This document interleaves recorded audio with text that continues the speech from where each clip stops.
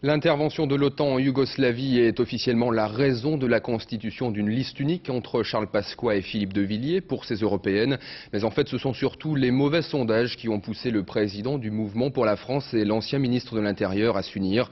Un mariage de raison pour ce tandem anti-Amsterdam. Roselyne Fèvre et Jean-Jacques Ledeuil. Charles Pasqua a son air goguenard comme quelqu'un qui mijote un bon coup. Philippe de Villiers, lui, est radieux. Il a enfin obtenu ce qu'il voulait. L'ancien ministre de l'Intérieur et le vicomte de Vendée s'unissent donc pour le pire et le meilleur dans un mariage d'amour et de raison. Donc, je vais vous faire une confidence. J'aime bien Charles Pasqua. Et moi, j'aime bien Philippe de Villiers. Voilà.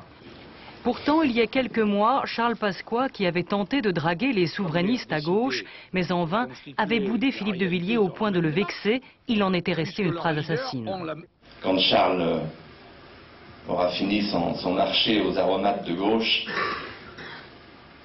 et qu'il aura trouvé dans son caddie que des deuxièmes couteaux, des troisièmes poireaux, ben nous lui disons dès aujourd'hui, Charles, il y aura toujours une soupe à la maison. Ces messieurs sont donc servis. Les deux hommes ont décidé de touiller ensemble, car la marmite bout, la raison officielle, la guerre au Kosovo. La crise du Kosovo est un révélateur. Elle est un révélateur de ce qu'il y a dans ce pays un certain nombre de gens qui considèrent comme tout à fait normal de s'en remettre aux États-Unis, de n'avoir aucune politique indépendante, et les autres. C'est-à-dire qu'en fait, on a vendu aux Français depuis 40 ans l'idée que l'Europe allait garantir leur liberté, leur sécurité et leurs emplois. Et en réalité, on voit une Europe qui est entièrement américaine et qui est une Europe soumise. Entre les deux hommes, il y a certes le partage des mêmes idées, mais aussi un intérêt commun.